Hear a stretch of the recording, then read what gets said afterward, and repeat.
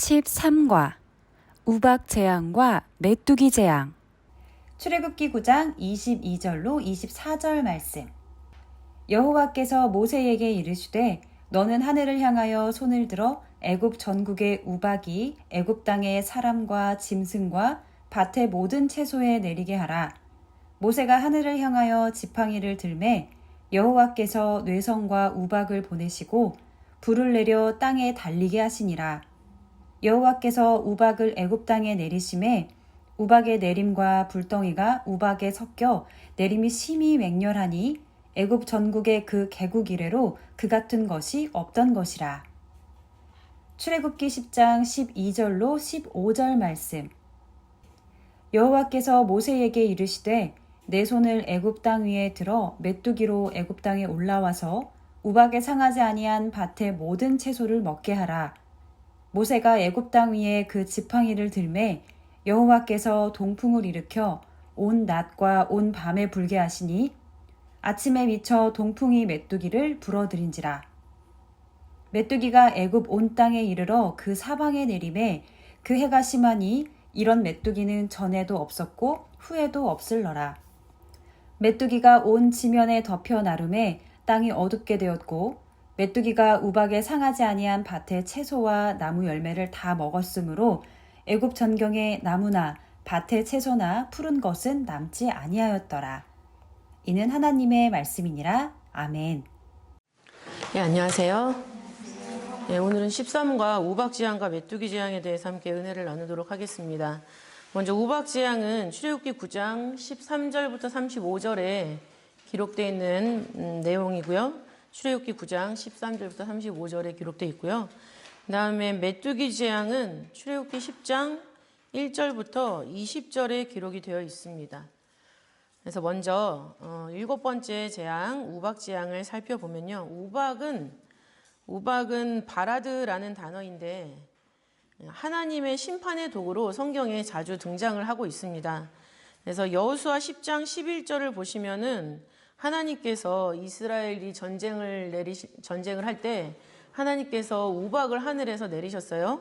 그래서 큰 우박을 내렸는데 그 우박에 맞아 죽은 사람이 칼에 맞아 죽은 사람보다도 많았다라고 기록을 하고 있습니다. 또 에스겔 13장 11절에서도 하나님께서 우박을 내리셔서 역사하시는 그런 내용들이 기록되어 있죠. 또 학개서 2장 17절 말씀에서도 하나님이 우박으로 치시는 그런 심판의 모습을 기록을 하고 있습니다. 그래서 우박재앙, 이런 큰 우박을 하나님이 이제 시작을 하시는데, 먼저 주전 1446년 1월 9일 금요일 날 아침 일찍 예고가 되었고, 그 다음에 10일 토요일 날, 10날 토요일 날 그 실행이 되었습니다. 모세가 하늘을 향하여서 지팡이를 잡은 손을 딱 들었을 때 진행이 된 재앙이죠. 그래서 모세가 바로에게 전달한 내용들을 보게 되면은 먼저 출애굽기 9장 14절 말씀에 이 모든 재앙을 줌으로 말미암아 너로 온 천하에 나와 같은 이가 없는 줄 알게 하겠다라고 얘기를 하고 계시죠. 여태까지는 없던 설명이에요. 여태까지는 재앙이 있을 것이다. 내 백성을 보내라 라는 그런 말씀만 계속 하셨는데 이 우박 재앙에서는 그 말씀과 함께 온 천하에 나와 같은 자가 없음을 네가 깨닫게 될 것이다 라고 얘기를 하고 계시는 거죠. 또 16절 말씀도 마찬가지입니다. 내가 너를 왕으로 세운 이유는 나의 능력을 너에게 보이고 내 이름이 온 천하에 전파되게 하려 함이니라 라고 말씀을 해주고 있어요. 그래서 하나님이 재앙의 목적을 기존에 있었던 첫 번째부터 여섯 번째 재앙에 굳이 설명하지 않았던 것을 바로에게 다시 한번 각인시켜주고 있다라는 거죠.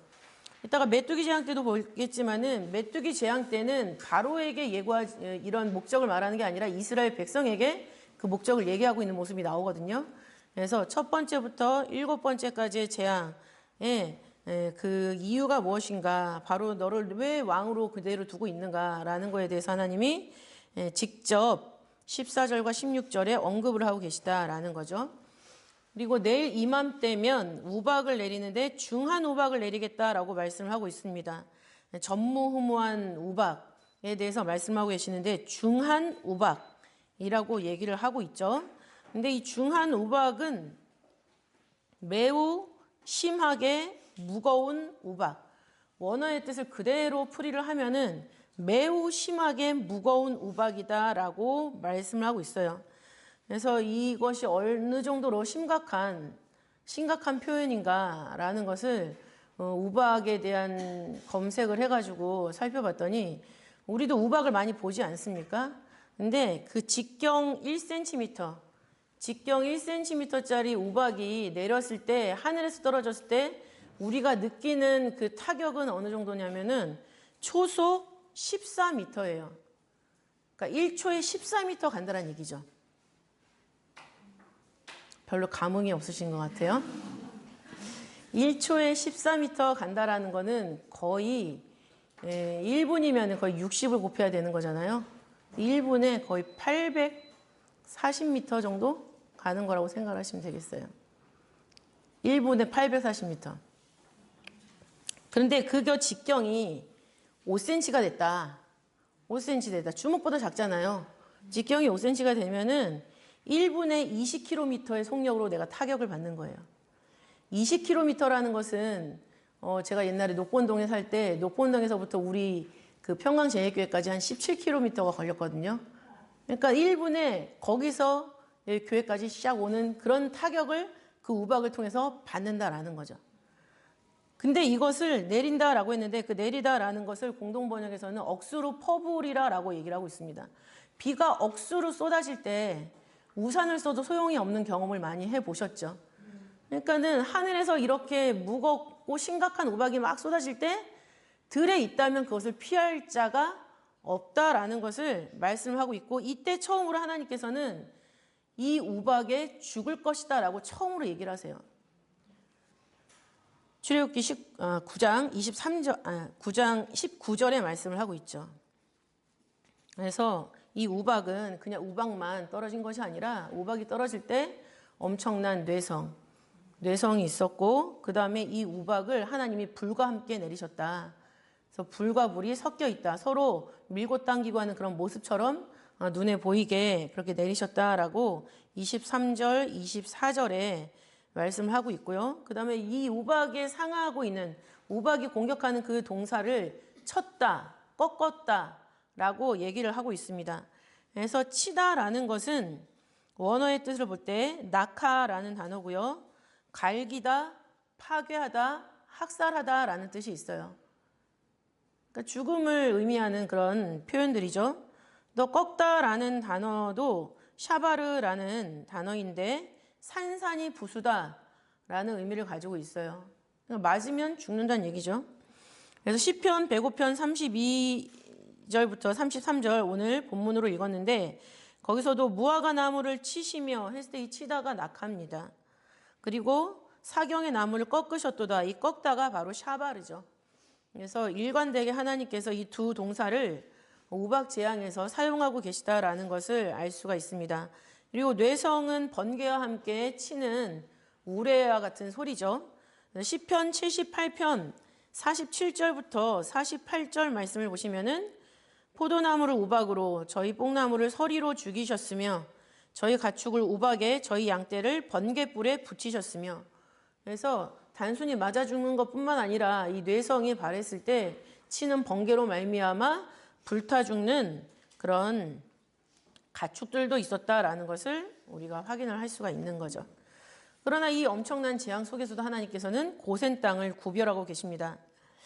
근데 여기서 특별히 재앙의 대상을 보면요, 그냥 여태까지는 애굽의 온 땅, 뭐 가축, 생축, 사람 뭐 이런 식으로 얘기를 했잖아요. 근데 여기서는 특별히 하나님께서 바로의 마음을 재앙의 대상으로 말씀을 하고 계세요. 14절 말씀 보시면 내가 이번에는 모든 재앙을 내 마음과 내 신하와 내 백성에게 내려 라고 말씀을 하고 있죠. 그러니까는 바로의 마음을 하나님께서 쥐고 흔드시겠다라는 것을 얘기를 하고 계시는 거예요. 그러다 보니까 이 재앙을 겪고 바로가 고백하기를 출애굽기 9장 27절에서 모세와 아론을 급히 불렀죠. 그래서 그들에게 이르되 이번은 내가 범죄하였노라. 여호와는 의로우시고 나와 나의 백성은 악하도다. 마음을 흔들다 보니까 하나님을 두려워하는 마음이 조금 생겼어요.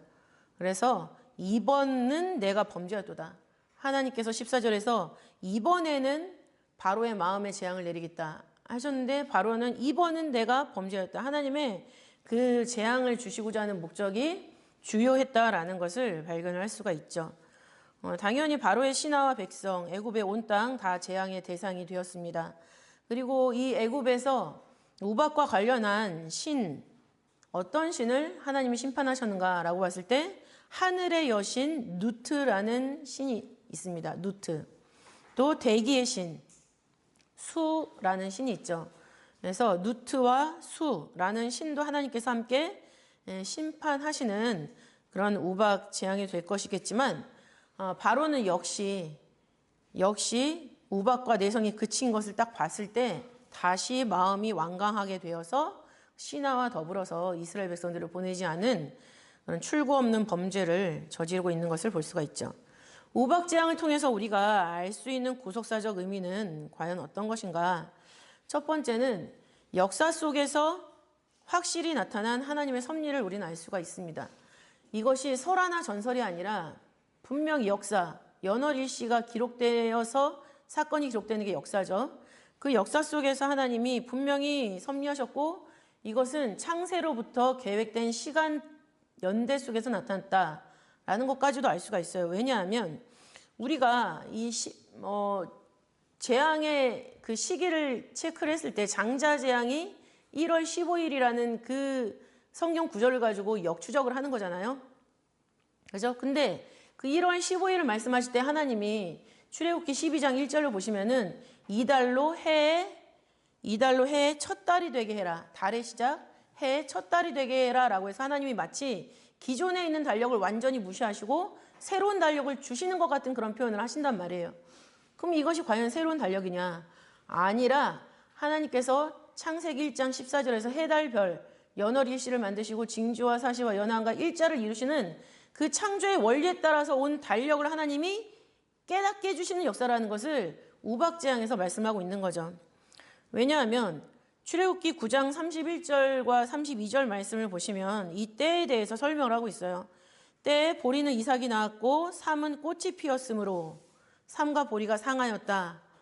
그러나 밀과 나맥은 아직 자라지 아니하였기 때문에 살아남았다라는 것을 기록을 하고 있죠. 근데 보리와 삼은 태양력으로 3월 말경에 자라나는 그런 식물이죠. 근데 3월 말이라는 것은 종교력으로 봤을 때 니산입니다. 1월 달이란 얘기예요. 그러니까는 하나님이 해의 첫 달이 되게 해라 라고 하신 그 말씀이 그저 하신 말씀이 아니라 창조 때부터 하나님이 이어오신 그 달력에 따라서 하나님이 이 재앙을 일으키셨다라는 것을 증명하는 구절이 되겠어요. 그래서 이것은 전설 속에 있는 설화 같은 얘기가 아니라 우리 세상의 역사 가운데서 하나님이 분명히 역사하신 그 일이라는 것을 우리는 알 수가 있다라는 거죠. 그 다음에 두 번째는 어떤 섭리를 생각할 수 있냐면 분명한 목적을 향해서 움직이고 있다라는 것을 알 수가 있습니다. 하나님은 분명히 우박재앙을 온천하에 나와 같은 자가 없는 줄을 내가 알게 할 것이다 라고 말씀을 하고 계세요. 근데 모세가 그 바로를 위해서 중보할 때 뭐라고 얘기하냐면 출애굽기 9장 29절부터 23절 말씀 보시면은 세상이 여호와께 속한 줄을 왕이 아니라 내가 기도하면 이 뇌성과 우박이 그칠 건데 이거를 통해서 세상이 여호와께 속한 줄을 왕 너는 알아야 된다라고 말씀하고 있는 거죠. 그렇기 때문에 우리가 그 다음에 나오는 거는 바로와 신하들이 여전히 강팍했다라는 말씀이 나오잖아요. 강팍한데 왜 자꾸 중보기도를 하냐라는 그런 생각을 할 수가 있습니다. 그러나 그 강팍을 회복하기 위한 그런 중보의 목적이 아니라 하나님이 이 우박 재앙을 통해서 하나님을 바로에게 드러내시고 영광과 위엄을 나타내시는 그것을 위해서 모세가 중보기도를 한 것이고 그 기도에 하나님이 응답을 하셨다. 그것을 여태까지 이어왔지만 이번 우박 재앙에서도 왕 바로는 그것을 알고 있어야 된다라는 것을 말씀을 하고 있는 것이죠. 그리고 구속사적 의미 두 번째는 종말에도 이렇게 역사하시는 하나님의 섭리가 있다라는 것입니다. 욥기서 38장 22절부터 23절 보시면은 하나님께서 우박을 저축했다라는 말씀이 있어요. 내가 눈 곳간에 들어갔었느냐, 우박 창고를 보았느냐, 내가 환난 때와 전쟁과 격투의 날을 위하여 이것을 저축하였도다라고 하나님이 기록을 하고 있죠. 저축했다라는 것은 원어의 의미로 봤을 때 보류하다, 억제하다라는 뜻을 가지고 있어요. 하나님이 어마어마한 눈 곳간을 갖고 계시고 어마어마한 우박 창고를 갖고 있지만 문을 오픈하지 않고 일단 자제하고 있다는 얘기죠. 왜? 마지막 때를 위해서. 이것이 쏟아지는 것이 첫 번째 나팔 재앙이 되겠습니다. 계시록 8장 7절 말씀을 보시면은 첫 번째 나팔이 불어질 때 피 섞인 우박과 불이 땅에 쏟아졌다라고 말씀을 하고 있죠. 그래서 땅에 있는 모든 것의 3분의 1이 다 불에 타서 연소가 되고 재가 되는 그런 기록이 계시록 8장 7절에 나타나 있습니다. 그리고 이 우박 재앙은 7번째 대접 재앙에서도 나타나고 있어요. 계시록 16장 17절부터 21절을 보시면 그 귀신의 처소와 각종 더러운 영이 모이는 큰 성 바벨론 있지 않습니까? 그 바벨론에 하나님께서 우박을 내리시는데 한 우박의 무게가 얼마인 줄 아세요? 한 달란트라고 말씀하고 있어요. 한 달란트는 34kg입니다. 34kg짜리 우박이 하늘에서 떨어진다라고 했을 때 그 타격감은 이루 말할 수가 없겠죠. 그런 우박을 하나님이 마지막 때 큰 성 바벨론을 위해서 우박 창고에 예비하여 두시다가 7번째 대접 재앙 때 쏟아 부어서 그 큰 성 바벨론을 심판하시겠다라는 것을 말씀을 하고 있는 것이죠. 또 우리는 세 번째 구속사적 의미를 하나님의 위엄과 능력에 선포하는 모습을 통해서 알 수가 있습니다. 먼저 하나님께서는 출애굽기 9장 15절 말씀에서 내가 손을 펴서 온역으로 너와 내 백성을 쳤더면 내가 세상에서 끊어졌을 것이나 라고 말씀을 하고 있죠. 온역이라는 것은 악질 재앙이에요. 그러니까 악질 재앙 때 이미 하나님께서는 바로와 애굽에 있는 사람들을 죽일 수도 있었다라는 것을 말씀하고 있어요. 그러나 죽이지 않았던 것은 이 재앙을 거듭하면서 하나님의 위엄, 영광을 너에게 각인시켜주고 너도 그걸 깨닫기를, 돌이킬 수 있으면 돌이키기를 바라시는 하나님의 마음이 남아있는 것이죠. 그리고 아까도 말씀드렸지만 출애굽기 9장 16절에서 하나님께서 바로를 세우셨다라고 말씀을 하고 있어요. 왕을 세우시고 패하시는 것은 하나님의 전권입니다. 다니엘 2장 21절에 말씀을 하고 있죠. 생명의 주관자 되시는 하나님, 또 왕을 세우시고 패하시는 그런 하나님의 모습을 알 수가 있습니다. 그리고 우박과 함께 내린 뇌성은 보좌로부터 나는 하나님의 음성이죠. 그러니까 그 우박과 그 뇌성이 막 울릴 때 바로의 귀가 엄청나게 울렸다라는 것을 알 수가 있어요. 이 뇌성과 우박을 나에게서 떠나게 하라라고 모세에게 사정을 하고 있죠. 그래서 하나님의 보좌로 나는 음성이 뇌성으로 표현된 구절은 계시록 4장 5절, 또 요한계시록 19장 5절부터 6절에 기록이 되어 있습니다. 그리고 작은 책, 봉한 책을 여는 힘센 다른 천사가 있죠. 그 힘센 다른 천사가 소리를 발할 때 7 우레가 그 소리를 발했다라고 요한계시록 10장 3절에 기록을 하고 있죠. 그래서 우박재앙 이 전체는 다 하나님의 권위와 위엄을 깨닫게 하는 그런 재앙이었다라는 것. 그리고 마지막 네 번째는 어떤 의미로 우리는 가질 수가 있냐면은 마지막 때는 하나님을 두려워하는 자들과 하나님을 두려워하지 않는 자로 나눠진다라는 것을 알 수가 있습니다. 하나님을 두려워하는 자와 두려워하지 않는 자. 이 재앙을 말씀하시면서 하나님께서는 이런 재앙을 내릴 건데 너네 살고 싶으면 너와 너의 모든 생축은 집 안에 들어가 있어라고 애굽 사람들에게도 말씀을 해주세요. 그 말씀을 해주셨는데 그 말씀에 순종할지 말지는 애굽 사람 스스로의 자유의지가 결정을 하겠죠.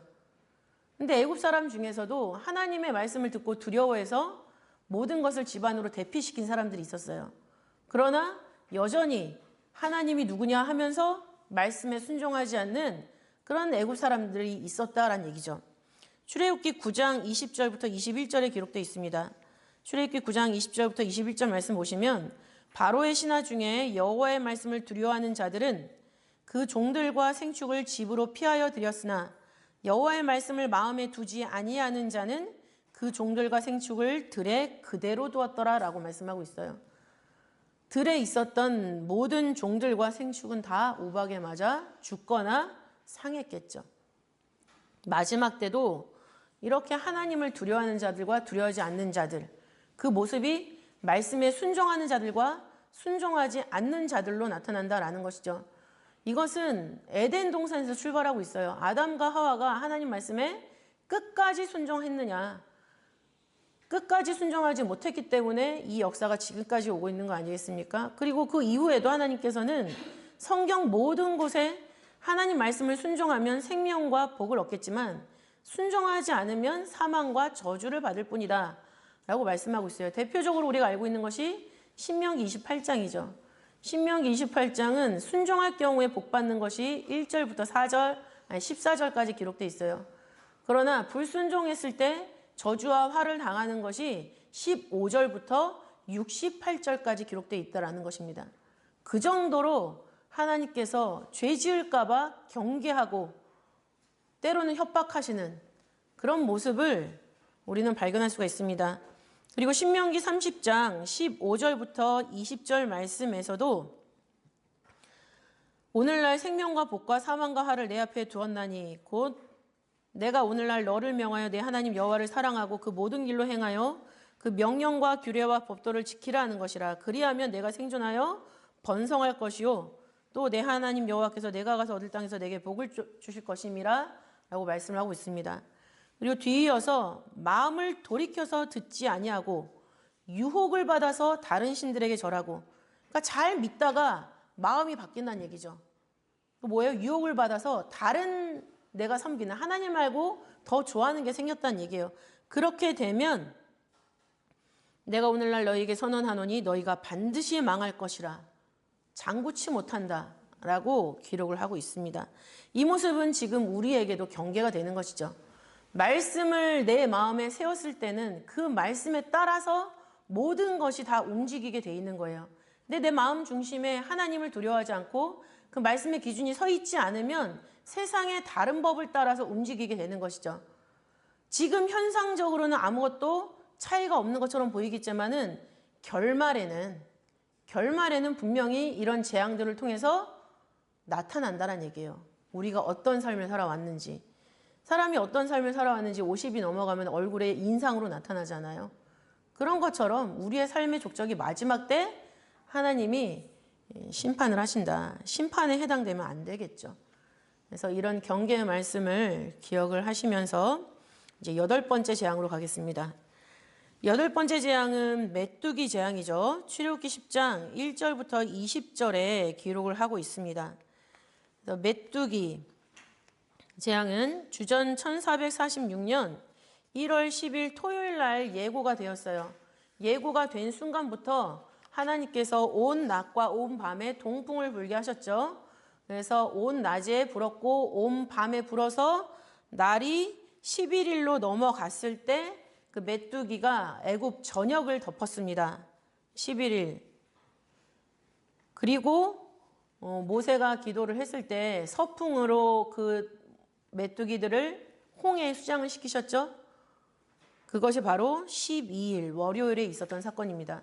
서풍을 불어서 메뚜기를 홍해에 수장시켰다라는 것은 나중에 애굽 사람들이 이스라엘을 뒤쫓다가 홍해에 수장되는 그 모습도 우리는 연상을 할 수가 있는 부분입니다. 그래서 동풍을 부르셨다라고 말씀하고 있는데 이 동풍은 사막에서 불어오는 아주 건조한 열풍이에요. 뜨거운 바람. 우리가 아주 뜨거운 한증막 같은 여름을 보냈잖아요. 그때 바람이 불면은 굉장히 기분이 더 나빠지죠. 근데 그렇게 습하진 않지만 굉장히 뜨거운 바람이 지속적으로 불어서 메뚜기들을 애굽 전역에 불러들였다라는 거죠. 출애굽기 10장 4절 말씀 보시면은 내일 내가 메뚜기로 네 경내에 들어가게 하리니 라고 말씀하고 있습니다. 그래서 경내라는 것은 경계 또는 영토라는 의미가 있어요. 그래서 온 낮과 온 밤에 동풍을 불게 하셔서 하나님이 그 메뚜기로 애굽 전역을 다 점령하게 만들겠다라는 거죠. 공동 번역에서는 내일 메뚜기를 너의 영토 안에 몰아 넣겠다라고 번역을 하고 있습니다. 이때 모세가 바로에게 전달한 내용은 내가 언제까지 내 앞에서 겸비치 아니하겠느냐, 하나님의 책망이 따라갔습니다. 출애굽기 10장 3절에 있죠. 그래서 겸비하다라는 것은 괴롭히다, 압제하다라는 단어인데 수동형이 사용됐거든요. 수동형. 그러니까 이건 뭐냐면은 괴롭혀진다라는 거죠. 또 압제당한다라는 거죠. 누가요? 바로가. 누구로부터? 하나님으로부터. 지금 겸비치 아니하면은 지금까지 지속되어 온 재앙이 끝을 보게 될 것이다. 이 재앙은 끝날 때까지 끝난 것이 아니다라고 하나님이 말씀하고 계시는 것입니다. 낮춰지지 않으면 계속 하나님께 괴롭힘을 당할 것이다. 그러면서 내 백성을 보내라. 그들이 나를 섬길 것이다. 출애굽기 10장 3절에 말씀을 하고 있죠. 그러면서 메뚜기 재앙에 대한 구체적인 표현들이 출애굽기 10장 4절부터 6절에 기록되어 있습니다. 메뚜기가 그 영토로 와서 지면을 덮어서 사람이 땅을 볼 수 없을 정도로 발 디딜 틈이 없다라는 거죠. 우리가 갈 때 개미만 막 잔뜩 지나가도 얼마나 징그러워요. 근데 그 애굽의 온 땅에 메뚜기가 덮여서 땅을 볼 수가 없을 정도다 라고 했을 때는 상상하기도 싫을 정도로 굉장히 무서운 재앙이라는 것을 알 수가 있죠. 이런 재앙을 들은 바로의 신하들은 이제 식겁했습니다. 언제까지? 바로에게 얘기를 하죠. 바로의 신하들이 이 애굽이 이미 망한 줄을 왕은 모르십니까? 왜 계속 모세와 아론이 경고하는 것을 듣지 않으십니까? 우박 때 우리 다 재산 피해 나고 사람 죽은 거 어떻게 하실 겁니까? 이런 얘기하면서 모세와 아론을 데려와요. 데려오니까 바로가 남정들만 가서 하나님을 섬겨라 라고 얘기를 하지만 거기에 타협하지 않죠. 남녀노소와 우양을 다 데리고 가서 하나님한테 예배를 드려야 될 것이다 라고 모세가 얘기를 합니다. 그랬더니 바로가 내쫓아 버리죠. 출애굽기 10장 11절 말씀을 보시면은 그들이 바로 앞에서 쫓겨나니라 라고 하면서 두 번째 바로와 모세의 대화가 결렬되어 있는 것을 기록을 하고 있습니다. 이어서 시작된 메뚜기 재앙, 출애굽기 10장 14절부터 15절에 기록을 하고 있죠. 여기서도 보시면은 메뚜기가 애굽 온 땅에 이르러 그 사방에 내리매라고 말씀을 하고 있잖아요. 사방이라고 했을 때 네 개의 방위를 말하는 거거든요. 그래서 사라는 것은 히브리 원어로 보니까 모든 것, all. 그 의미를 가지고 있고, 그 다음에 방이라는 것은 아까 말씀드렸던 경내라고 했을 때 영토 경기라고 했잖아요. 그 같은 단어를 사용을 하고 있습니다. 그러니까 애굽의 모든 영토에 하나님이 메뚜기를 보내셨다, 내리셨다라고 말씀을 하고 있고, 이 역시 전에도 없었고 후에도 없는 전무후무한 메뚜기 재앙. 근데 이 메뚜기가 온 지면에 덮여 나름에라고 말씀을 하고 있어요. 근데 이 덮였다라는 이 부분이 뜻밖에도 아인이라는 단어를 쓰고 있죠. 덮이다라는 것은 덮이다는 건 아니고 온 지면에 덮여 나름에라는 그 원문 전체를 그 히브리 원문을 읽어드리면 베, 카스, 에트, 에인, 콜, 하, 에레츠라는 건데 하, 에레츠는 땅이에요.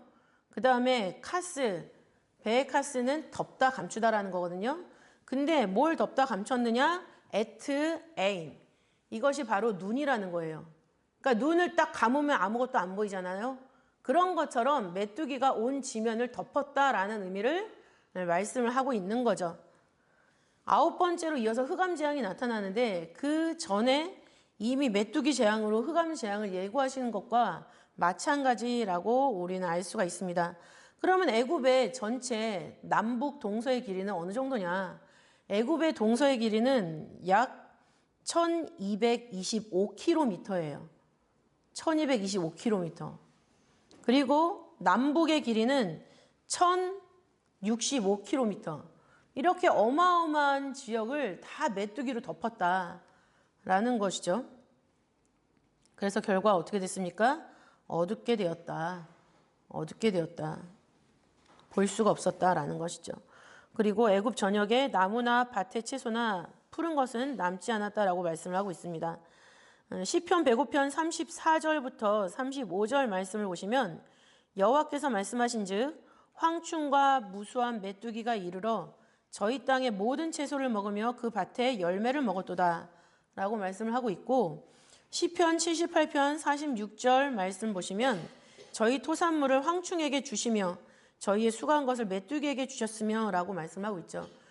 두 곳 다 황충도 나오는데 황충은 메뚜기의 또 다른 종이라고 설명이 되어 있습니다. 그래서 메뚜기 뿐만 아니라 메뚜기와 비슷한 종들도 하나님이 다 불러 모으셨다라는 것을 알 수가 있죠. 우박에 상하지 아니한 것들을 다 초토화시키고 있는 그런 모습들을 성경은 기록을 하고 있습니다.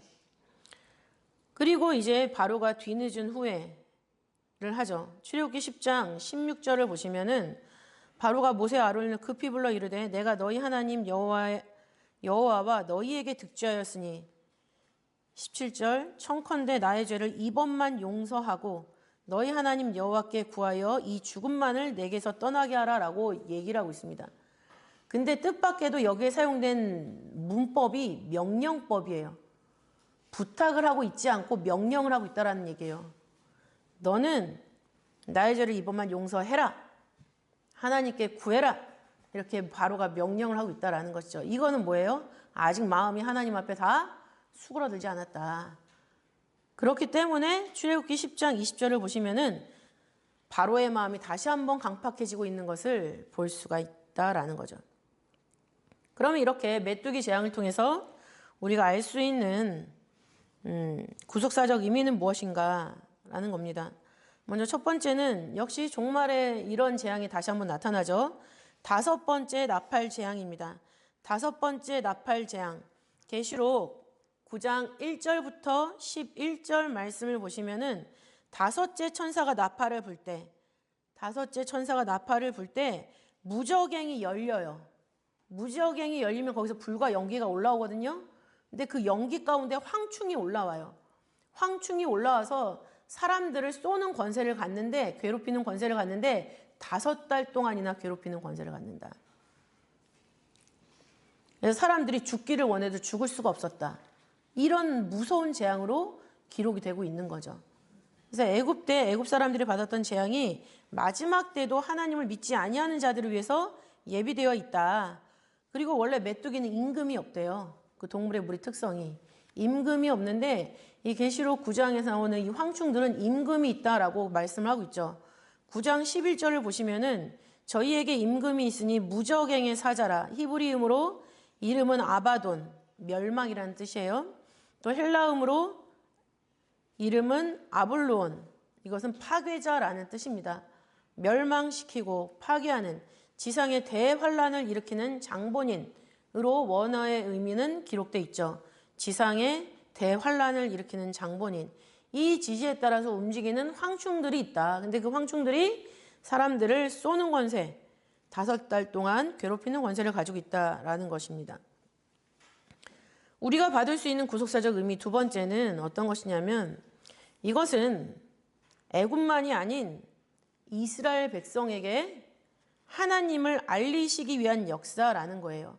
여태까지의 역사, 특히 7번째 우박재앙에서는 바로에게 직접 내가 하나님인 걸 보여주겠다 라고 말씀을 하시잖아요. 모세 중보기도도 세상에 하나님만 계신 줄을 왕이 알 것이다. 세상에 하나님께 속한 것을 왕이 알 것이다 라고 얘기를 했는데, 이 8번째 재앙에서는 재앙의 목적이 이스라엘 백성을 향해서 기록되고 있는 것을 발견할 수가 있습니다.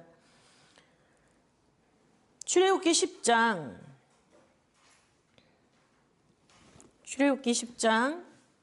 1절부터 2절인데 특별히 2절 말씀을 보시면요. 너로 내가 애굽에서 행한 일들 곧 내가 그 가운데서 행한 표징을 내 아들과 내 자손의 귀에 전하게 하려 함이라 라고 말씀을 하고 있죠. 하나님의 백성들에게도 하나님의 이 재앙, 이 표징이 왜 일어났는지 기억해야 될 필요성이 있다라는 것을 하나님이 말씀하고 계시는 것입니다. 신명기 7장 17절부터 21절 말씀을 보시면은 가나안 정복을 앞두고 있는 이스라엘 백성들에게 하나님이 말씀을 하시죠. 내 하나님 여호와께서 바로와 온 애굽에 행하신 것을 잘 기억하되 내 하나님 여호와께서 너를 인도하여 내실 때에 내가 목도한 큰 시험과 이적과 기사와 강한 손과 편파를 기억하라. 그와 같이 내 하나님 여호와께서 내가 두려워하는 모든 민족에게 행하실 것이요 내 하나님 여호와께서 또 왕벌을 그들 중에 보내어 그들의 남은 자와 너를 위하여 숨은 자를 멸하시리니 너는 그들을 두려워 말라. 너의 하나님 여호와 곧 크고 두려운 하나님이 너희 중에 계심이라 라고 말씀을 하고 있습니다. 애굽에서 하나님이 하신 모든 표적과 이적을 보면서 이스라엘 백성들이 기억할 것은 뭐예요? 가나안 정복할 때도 그렇게 우리를 인도하신 하나님이 우리 중에 계셔서 이 역사를 섭리하실 것이다 라는 것을 믿는 믿음을 하나님께서 심어주시는 그런 교육이라는 거죠. 가나안 정복을 위한 교육이 이루어지고 있다라는 거예요. 이 메뚜기 재앙은 12일에 마쳤다라고 말씀을 하고 있죠. 15일 날 출애굽했습니다. 출애굽하기 3일 전부터 이루어진 하나님의 교육, 그 교육이라는 것을 우리는 깨달을 수가 있습니다. 마지막 때도 이런 양육의 시기가 있어요. 요한계시록 12장 6절을 보시면은 해를 입은 여자가 나오죠. 12장에는 해를 입은 여자, 교회의 역사예요. 이 여자가 아들을 낳죠. 그 남자를 낳는데 그 남자는 하나님의 말씀을 교육받아서 싸울 수 있는 남자를 말하고 있어요. 근데 이 여자가 요한계시록 12장 14절 말씀을 보니까는 큰 독수리의 두 날개를 받아서 광야 자기 곳으로 날아가 거기서 그 뱀의 낯을 피하여 한 때와 두 때와 반 때를 양육받았다라고 말씀하고 있습니다. 마지막 때 양육을 받는다. 왜 양육을 받을까요? 사단의 권세들과 싸우기 위해서. 요한계시록 12장 17절 말씀을 보시면은 용이 여자에게 분노하여 돌아가서 그 여자의 남은 자손, 여자가 낳은 남자를 말하는 거죠. 싸울 수 있는 그 여자의 남은 자손 곧 하나님의 계명을 지키며 예수의 증거를 가진 자들로 더불어 싸우려고 바다 모래 위에 섰더라라고 말씀하고 있습니다. 여기서 용이 왜 화가 났냐면 여자가 이제 아들을 해산했잖아요. 이걸 다 죽이려고 물을 쏟아냈단 말이에요. 근데 땅이 입을 벌려서 그 물을 다 먹어버리는 바람에 이 여자랑 그 남은 자손이 살아난 거예요. 그러니까 화가 난 거죠. 화가 나고 이제 최후의 결전을 하기 위해서 그 여자의 남은 자손들과 싸우려고 딱 대치하고 있는 모습. 근데 그 여자의 남은 자손의 특징은 뭡니까? 하나님의 계명을 지키고 예수의 증거를 가진 자들이다라고 말씀을 하고 있어요. 이 전쟁에 대해서 누가 이겼을까요? 여자의 남은 자손이 승리했습니다. 그 모습은 이미 요한계시록 12장 11절에서 노래로 증거가 되고 있죠. 하늘에서 음성이 나서 하는 말씀 중에 요한계시록 12장 11절 여러 형제가 어린 양의 피와 자기의 증거하는 말을 인하여 저를 이기었으니 그들은 죽기까지 자기 생명을 아끼지 아니하였도다 라고 말씀을 하고 있죠. 생명을 바쳐서 이 전쟁에서 승리하고 있는 여자의 남은 자손을 말씀을 하고 있어요. 예수의 증거라는 것은 어린 양의 피죠. 하나님의 계명을 지킨다라는 것은 자기의 증거하는 말씀이 있다라는 얘기예요. 말씀의 내용이 있다라는 것. 그래서 이 메뚜기 재앙에서 하나님이 경계하시는 이 모습들, 또 1계명부터 쭉 봤을 때 변천하시는, 점점점 일이 확대되고 그 다음에 훨씬 더 심화되고 진짜 끝을 향해서 달려가는 그런 모습을 우리가 볼 수가 있잖아요. 저는 이거를 항상 첫 번째 재앙부터 끝까지 다 보면서 하기 때문에 그런 게 눈에 잘 보이거든요. 근데 이제 딱 와서 오늘 말씀 듣고 지난번 말씀 또 까먹고 그러시면 잘 안 보이시잖아요. 근데 저는 이 10대 재앙을 이렇게 따로 성경을 이렇게 다 카피를 했어요.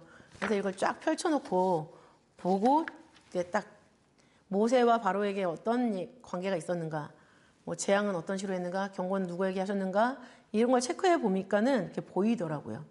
그래서 우리 선생님들도 이거 한번 아이들이랑 쭉 펼쳐놓고 차라리 나중에는 펼쳐놓고 자, 첫 번째 제양 모세가 바로한테 뭐 했지? 누가 했지? 뭐 이런 식으로 해서 그럼 두 번째 제양은 그래서 이렇게 좀 통으로 그 같은 맥락을 꿰서 아이들이랑 한번 보면 아, 하나님의 역사가 이렇게 진행이 되는 거구나 라는 걸 알 수도 있을 것 같아요. 이제 하다 보니까 그런 생각이 들었습니다. 그래서 메뚜기 재앙 또 우박 재앙을 통해서 하나님이 자신을 나타내시는데 이제 그것에 대해서 마지막 때에도 분명히 하나님을 나타내시고 또 하나님의 그 힘을 받아서 사단과 싸워서 이겨야 되는 그런 우리의 사명이 있다. 싸워서 이기려고 하는 사람들은 하나님을 두려워하는 사람들이겠죠. 그러나 이런저런 거 다 귀찮구나 그냥 조용히 있고 싶다. 하나님을 두려워하지 않는 사람들입니다. 그냥 내가 살아왔던 패턴 속에서 그냥 유지, 현상, 그 끝이 무엇인지 모르고 현상을 유지하고 싶은 그런 마음이 있는 그런 사람들이겠죠. 그러나 우리는 우박재앙과 메뚜기 재앙을 통해서 하나님께서 우리에게 무엇을 원하시는가, 우리를 어떤 식으로 인도하고 계시는가 라는 것을 깨달아서 마지막 때 분명히 10가지 재앙이 다 한꺼번에 쏟아질 텐데 그것으로부터 분리해서 나올 수 있는 우리 모두가 됐으면 좋겠습니다. 기도하시고 봉헌하시겠습니다. 사랑이 많으신 아버지 하나님 감사드립니다. 오늘 우박재앙과 메뚜기 재앙을 통하여서 하나님께서 애굽을 통하여서 하신 역사 속에서 아버지 하나님 한 사람이라도 깨닫기를 바라시는 마음, 아버지 또한 하나님을 믿는 자들은 끝까지 사단과 싸워 이기게 하시고자 양육하시는 그런 마음을 저희들 깨달았습니다. 아버지 저희들의 지금 생활하는 모든 것이 아버지 사단과 싸워 이기고 또한 아버지 말씀의 재앙 가운데서 아버지 받지 않도록 그 더러운 곳에서 빠져나오는 그런 과정인 줄 믿사오니 아버지 하나님 저희들 시간이 가면 갈수록 재앙과 상관이 없는 성별된 생활을 할 수 있도록 아버지께서 붙잡아 주시고 역사하여 주시옵소서. 좌로나 우로나 치우치지 아니하고 하나님께서 우리에게 제시해 주신 말씀의 정도만 따라 나가는 우리 모든 선생님들과 또한 선생님의 자녀들, 또 우리 평강의 자녀들이 다 될 수 있도록 아버지께서 인도하여 주시옵소서. 주신 말씀에 감사하여 봉헌할 때 아버지 하나님 저희들의 믿음을 아버지 봉헌에 담아서 바치는 가운데 있사오니 아버지 저희들의 믿음이 아버지께 부족함이 베이지 않도록 붙잡아 주시고 날마다의 삶이 저희들 하나님 앞에 봉헌하는 그런 삶으로 이어져 나갈 수 있도록 축복하여 주시옵소서. 감사드리오며 사랑이 많으신 예수님 이름으로 기도 올리옵나이다. 아멘.